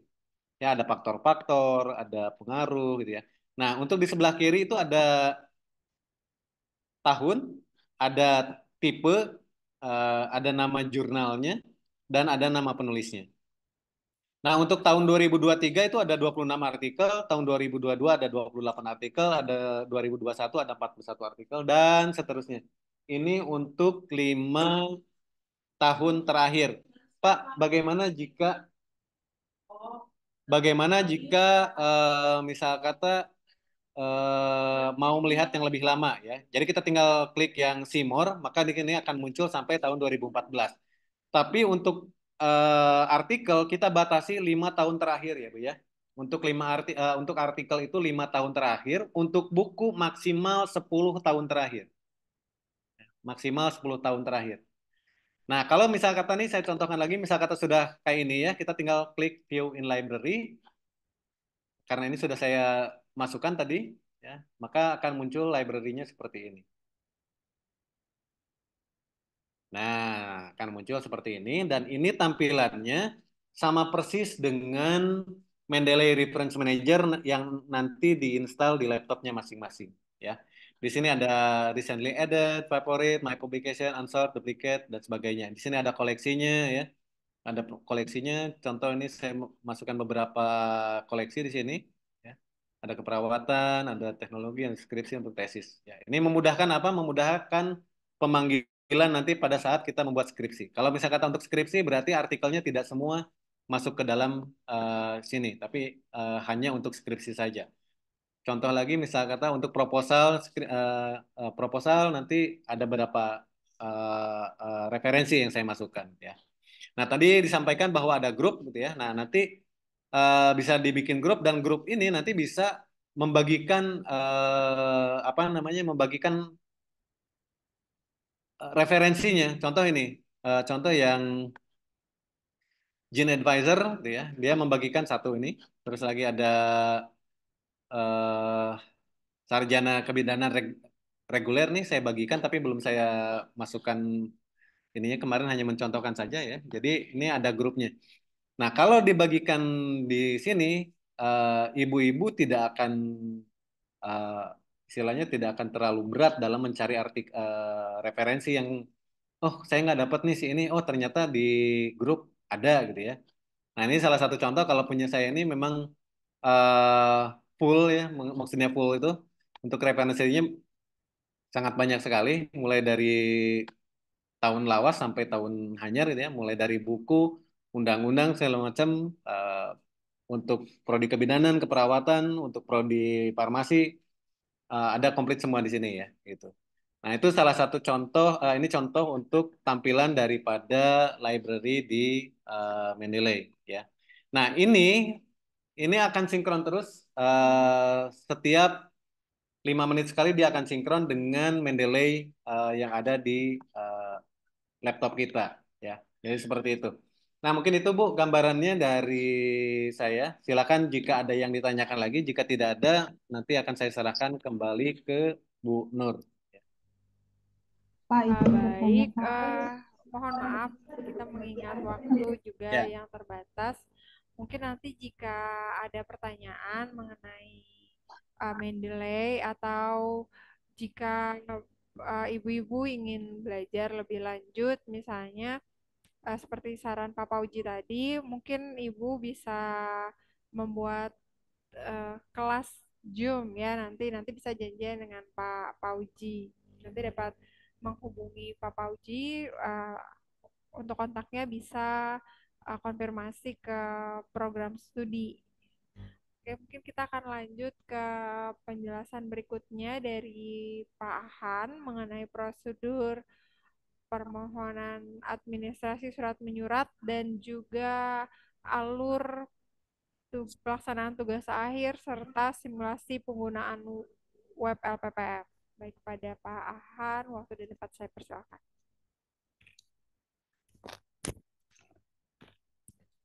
Ya, Assalamualaikum warahmatullahi wabarakatuh. Apakah suara Waalaikumsalam warahmatullahi wabarakatuh.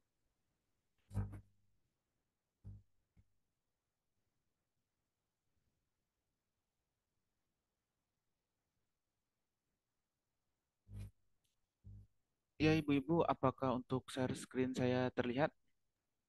Iya, terlihat, Pak.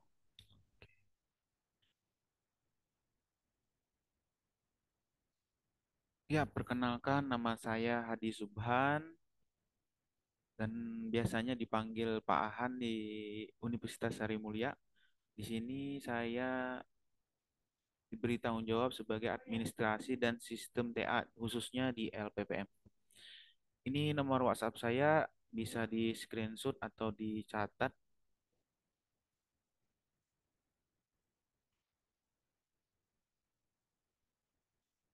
Jadi di sini saya akan menjelaskan tentang sistem atau aplikasi tugas akhir. Jadi untuk skripsi atau tugas akhir ibu-ibu akan dilaksanakan melalui sistem. Jadi akan tercatat di sistem atau secara online. Jadi untuk mempermudah pelaksanaan atau perekaman skripsi atau tugas akhirnya. Jadi di sini ada alur,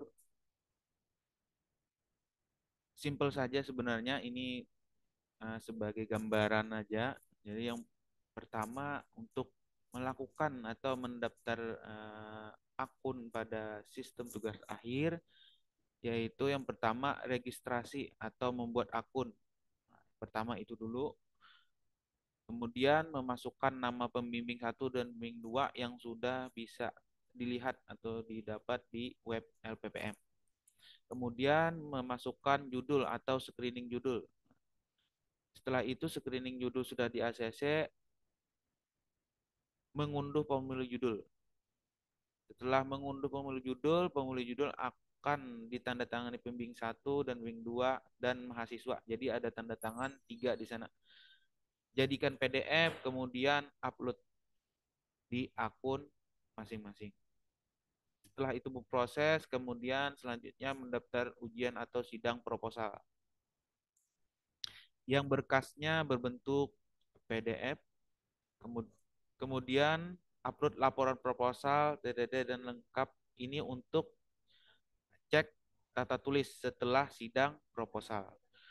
Setelah sidang proposal dilakukan atau cek tata tulis sudah ACC, kemudian berproses lagi untuk bimbingan untuk melakukan penelitian.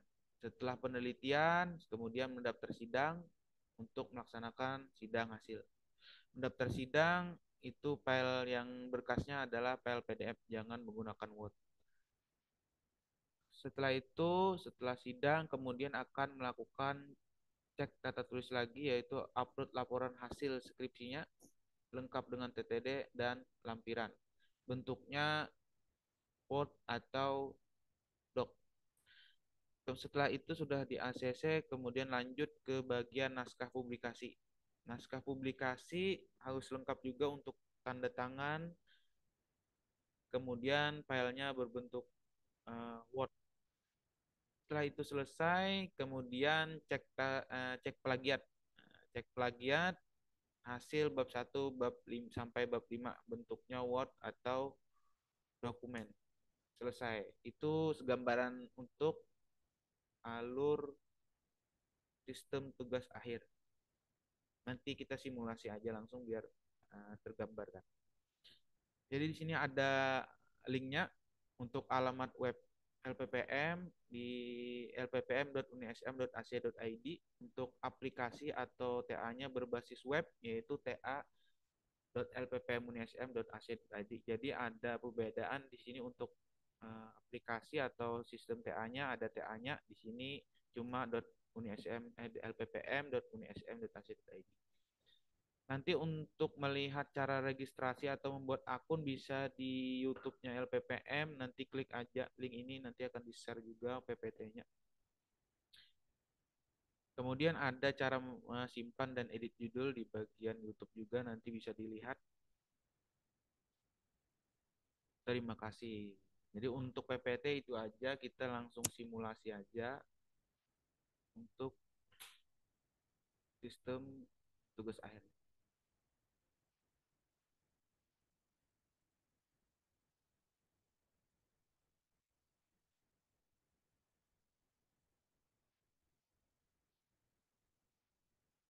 Untuk share screen-nya sudah terlihat untuk simulasi? Tinggi, cuman agak kecil. Terlihat ya? Ya, ini ada gambaran untuk sistemnya. Jadi sistemnya melalui web atau browser. Jadi sebelum ibu-ibu melakukan registrasi, jadi ke alamat ta.lppm.unism.ac.id. Nah, di bagian bawah nanti ada untuk register. Jadi klik aja di bagian bawah. Jadi ada beberapa nanti ibu-ibu isi. Yang pertama NIM, jangan sampai salah ketik ya. Untuk NIM-nya, namanya full name, jadi nama lengkap usahakan jangan kapital semua, jadi huruf depannya saja yang besar. Pilih jenis kelamin, nomor WhatsApp yang aktif dan bisa dihubungi selama pelaksanaan tugas akhir. Email yang aktif, bisa menggunakan email apa aja. Pilih fakultas kesehatan, dan kemudian jangan sampai salah pilih untuk program studinya. Pilih kebidanan alih jenjang, jangan yang lain, atau reguler jangan. Jadi jangan sampai salah klik. Jadi pilih seperti itu, masukkan password yang diingat, mudah diingat tapi sulit. Centang dan daftar.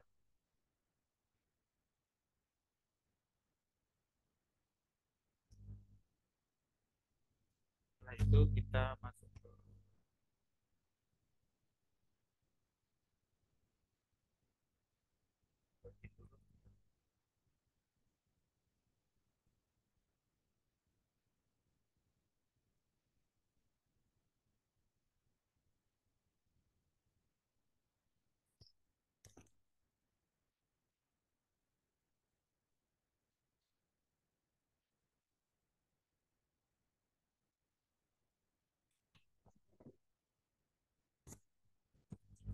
jadi tampilan di dalamnya seperti ini.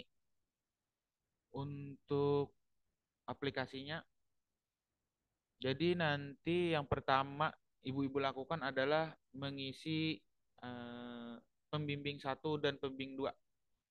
Jadi nanti di sini klik aja di bagian yang nomor 1, klik. Nanti bisa milih di sini, tinggal tulis misalkan nama pembimbingnya Nur Hidayah. Nanti jangan sampai salah pilih juga, nanti pastikan Nur Hidayahnya yang mana misalkan. Setelah sudah dipilih, simpan. Kemudian pembimbing 2 seperti itu juga. Pilih. Setelah itu yaitu screening judul. Pada bagian screening judul nanti akan ada di bagian sini screening judul. Sebelum screening judul, klik dulu, nanti masukkan judulnya, kemudian simpan. Jadi nanti ada 2 di bagian screening judul, judul utama dan judul cadangan. Misalkan judul utama tidak di ACC atau terdeteksi sama, nanti akan otomatis yang cadangan akan di up ke atas. Untuk screening judul nanti proses pengecekannya 1-3 hari kalau banyak yang dicek oleh petugasnya. Jadi untuk melihat aktivitasnya bisa di bagian sini, nanti scroll aja ke bawah bagian sini, nanti ada screening judul. Nah, jadi contohnya seperti ini. Kalau screening judul, kalau misalkan ditolak nanti ada juga pemberitahuannya atau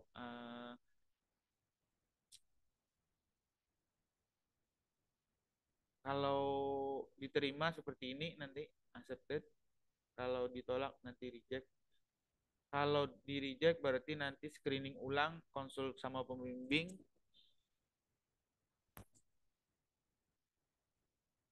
Setelah itu sudah screening judul ACC, kemudian berproses aja untuk melakukan bimbingan dari bab 1 sampai bab 3. Sudah selesai baru melakukan sidang proposal. Nah, jadi nanti untuk sidang mendaftarnya lewat akun ibu-ibu juga, akun mahasiswa. Jadi misalkan sidang proposal, klik bagian sidang proposal. Jadi ada 7 syarat untuk pelaksanaan sidang proposal. Nanti baca aja apa-apa syaratnya. Kemudian syarat ini dijadikan satu file. Bentuknya PDF, maksimal 1 MB ya. Kemudian nanti upload di bagian paling bawah. Klik aja, nanti pilih filenya, simpan. Kalau sudah, nanti kembali ke home, hubungi PJ-nya masing-masing. Jadi kalau untuk S1 kebidanan, khususnya ahli jenjang atau RPL, ini akan berubah jadi nomor Bu Nur Hidayah. Ini from test, jadi nomor saya di sini. Setelah itu nunggu divalidasi oleh petugasnya, apakah syaratnya sudah lengkap atau sudah terpenuhi, nanti akan muncul di bagian sidang sini. Jadi akan muncul disetujui statusnya untuk daftar sidang. Nanti akan muncul nama penguji. Untuk mahasiswa nanti menentukan tanggal sidang, jam sidang itu mahasiswanya sendiri ya, bukan dari LPPN. Jadi mahasiswa nanti koordinasi ke pembimbing 1, pembimbing 2, dan penguji. Setelah itu pelaksanaan sidang selesai dan melakukan cek tata tulis. Jadi cek tata tulis ada 3 nanti, proposal, hasil, dan naskah publikasi. Jadi yang pertama setelah sidang, pokoknya setelah sidang proposal, cek tata tulis. Setelah sidang hasil, cek tata tulis dan naskah publikasi. Jadi ada 3 yang harus dicek. Kemudian untuk sidang hasil nanti di bagian sidang juga, klik di bagian sidang. Kemudian ada beberapa syarat juga, nanti dijadikan suatu file. kemudian upload di bagian bawah. Sama seperti daftar sidang proposal, tapi untuk syaratnya ada perbedaan. Ada perbedaan. Setelah itu sama juga nanti kalau sudah disetujui, nanti ke sidang sini ada nomor 2, sidang hasil. Disetujui, nanti tentukan. Ini untuk pengisian tanggal sidang, nanti klik aja, bisa diubah misalkan salah atau apa.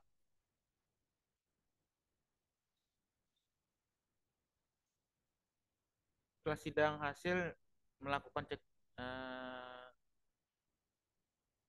tata tulis lagi di bagian hasil. Begitu pula nanti naskah publikasi. Jadi berurutan ya, jangan sampai salah klik dan salah upload.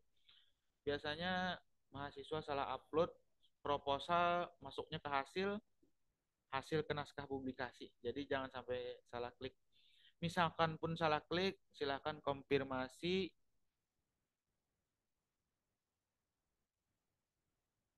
ke saya. Nanti WA aja, Pak, saya salah upload gitu.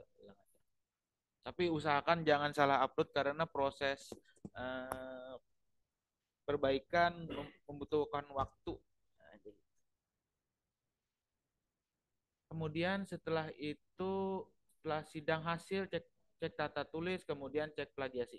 Nah, cek plagiasi di bagian sini. Jadi untuk cek tata tulis hasil bisa berbarengan dengan cek plagiasi. Boleh bareng, boleh hasil dulu, baru cek plagiasi boleh. Tapi pasti nanti akan direvisi lengkapi untuk surat plagiasi. Nanti masukkan aja judul yang skripsi ibu-ibu, kemudian pilih file yang mau diupload, bentuk filenya Word atau dokumen. Jadi untuk di dalamnya dari bab 1 sampai bab 5 wajib seperti itu, simpan. Kalau sudah disimpan, nanti di bagian untuk mengecek hasil dari cek plagiasi, nanti di bagian history. Di hasil cek plagiat. Nah, nanti di sini ada statusnya. Apakah statusnya melebihi batas 30%, nanti ada hasilnya di sini. Untuk cek plagiasi maksimal 3 kali cek. Setelah 3 kali cek tidak lulus juga, masih 30 lebih, itu akan dikenakan biaya. Nanti untuk informasi biaya nanti konfirmasi aja ke WhatsApp saya. Sudah cek plagiasi, hasil, kemudian naskah publikasi. Ini yang terakhir untuk di sistem TA. Jadi setelah naskah publikasi di ACC, sama juga seperti ceknya hasil, caranya atau alurnya sama. Jadi pilih filenya saja, filenya dokumen atau Word, simpan, dan untuk mengetahui historinya atau status cek tata tulisnya di bagian sini. Nanti pilih aja bagian mana yang mau dilihat statusnya, misalnya ini, nanti statusnya ada di bagian sini. Apakah ada revisi, apakah sudah ACC atau tidak. Oke, untuk simulasi aplikasi tugas akhir mahasiswa seperti itu. Nanti kalau ada pertanyaan mungkin bisa ke WhatsApp saya aja langsung, biar langsung fokus gitu. Jadi kita ke administrasi surat.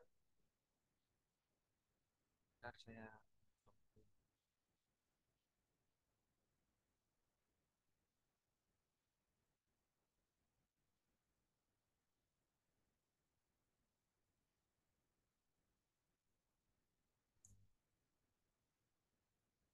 Oke.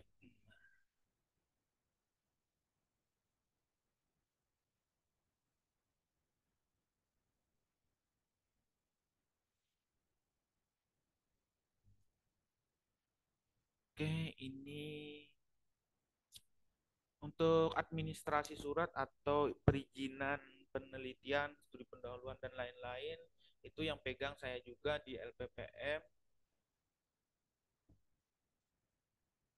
Jadi untuk jenis apa aja sih pengajuan surat itu? Yaitu yang pertama yang biasanya dilakukan oleh mahasiswa-mahasiswa khususnya tugas akhir ya, yaitu studi pendahuluan, uji validitas dan eligibilitas, surat penelitian dan surat pengantar kalau dibutuhkan dan lain-lain.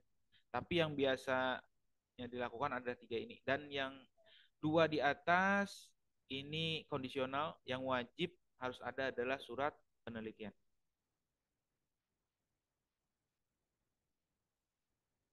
Di sini ada alur pembuatan surat, jadi ada tahapnya. Yang pertama menentukan tujuan surat, kemana tujuan suratnya, misalkan untuk studi pendahuluan khususnya. Studi pendahuluan tujuannya misalkan minta data kehamilan atau jumlah stunting, misalkan. Tentukan dulu ke dinas kesehatan mana, kemudian tentukan perihal surat, jadi apa data apa yang diminta, keperluannya apa, itu dulu.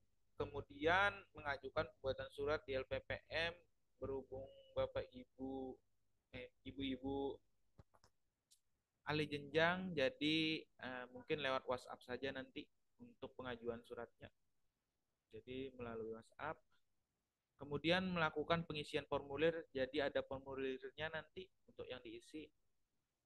Kemudian mengirimkan balik formulir pengajuan surat. Nanti untuk surat diproses sesuai antrian dan maksimal 5 hari kerja, tidak termasuk hari libur. Surat selesai, nanti surat akan dikirimkan melalui WhatsApp berbentuk file PDF. Jadi ini untuk syarat pengajuan studi pendahuluan. Yang pertama, judul skripsi disetujui pembimbing yang pembimbing 1 dan pembimbing 2 atau ACC di screening judul di akun atau TA tadi, yang sistem TA. Dan kemudian formulir judul skripsi sudah diupload yang sudah bertanda tangan pembimbing 1 dan pembimbing 2. Kemudian untuk syarat pengajuan surat penelitian, judul skripsi disetujui sama formulir judul skripsi sudah diupload, sudah telah melaksanakan sidang. Nah, ini harus wajib sudah sidang. Kemudian sertifikat etik ke Pak Reja nanti untuk etik. Kemudian proposal ACC cek tata tulis pada akun sistem TA. Itu untuk syarat pengajuan surat penelitian. Jadi ini gambaran untuk formulir pengajuan suratnya, yaitu nama, NIM, judul, tujuan suratnya, misal dinas kesehatan.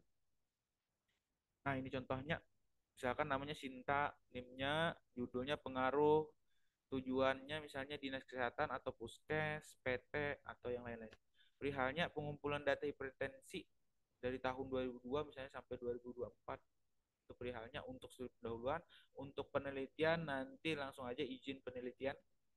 Kategori suratnya ada studi pendahuluan, penelitian, dan pilih aja nanti misalkan studi pendahuluan atau penelitian. Jurusannya S1 kebidanan. Nomor WhatsApp yang aktif. Oke, itu saja yang bisa saya sampaikan. Mungkin ada pertanyaan Bapak Ibu? Bapak Ibu, Ibu-ibu.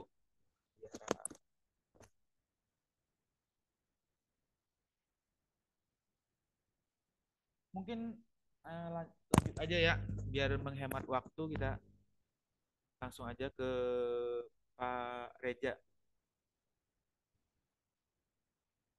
Waktu dan tempat dipersilahkan untuk Pak Reja.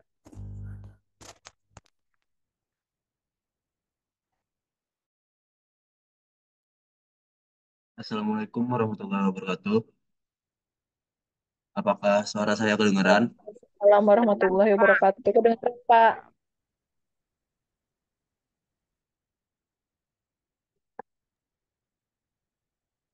Nggih, ngedenger.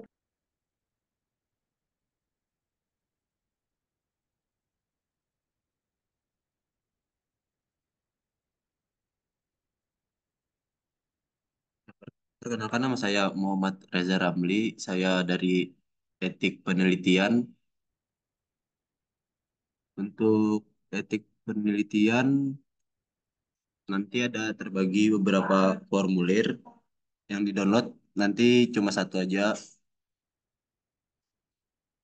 Ada formulir uji klinis, uji hewan, preklinis, sosial komunitas, sama non klinis. Untuk alur etik penelitian nanti setelah mendownload formulir etik, lanjut lagi penelitian nanti bisa membayar administrasi sebesar 50.000 langsung ditransfer ke rekening Universitas Sari Mulia. Apa? Kayak agak tertutup gitu tulisannya. Ya. Nah, selanjutnya setelah melakukan administrasi nanti peneliti mengisi form yang sudah di-download tadi. Selanjutnya untuk formulir sama bukti pembayaran, terus proposal penelitian yang sudah tanda tangan lengkap, di-upload ke Google Form. Nanti linknya dibagikan. Sudah, mungkin itu saja yang dapat saya sampaikan. Mungkin ada pertanyaan.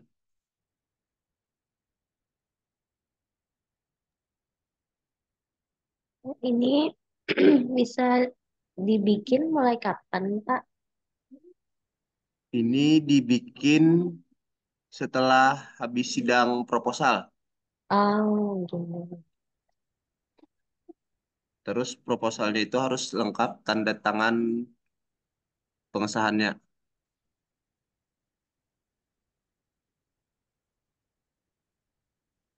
Mungkin ada lagi yang bisa ditanyakan.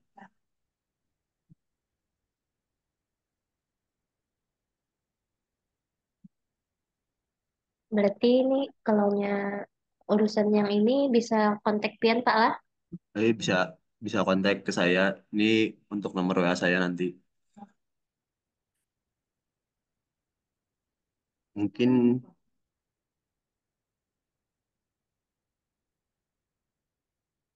mungkin itu saja yang dapat saya sampaikan. Saya kembalikan lagi ke Bu Nur Hidayah.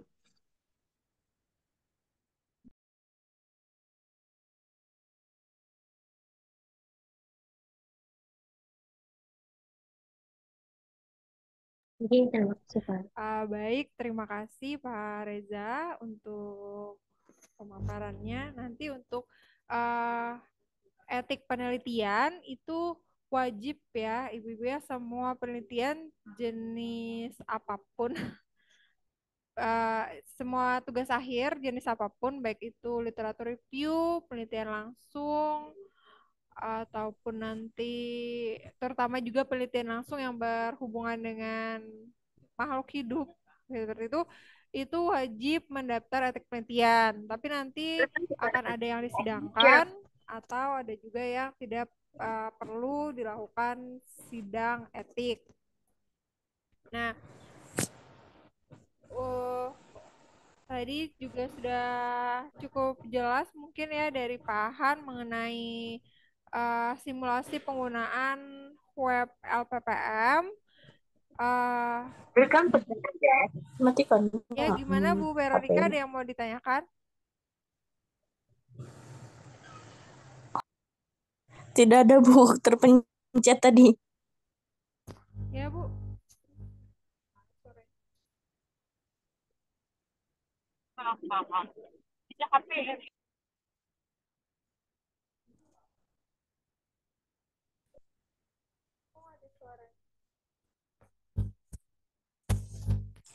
Ibu, mohon maaf, Ibu, boleh izin bertanya? Halo? Oke, sebelum ulun tutup, ada yang ingin ditanyakan kembali, Bu Ibu? Untuk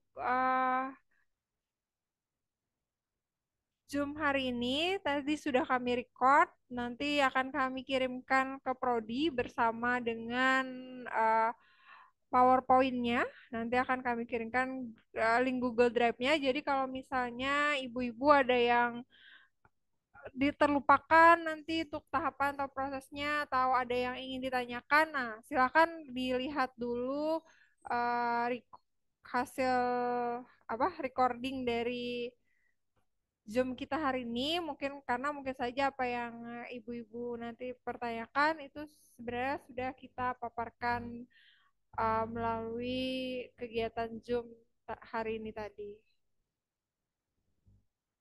Baik, sebelum saya tutup, ada yang ingin ditanyakan terlebih dahulu, Bu Ibu?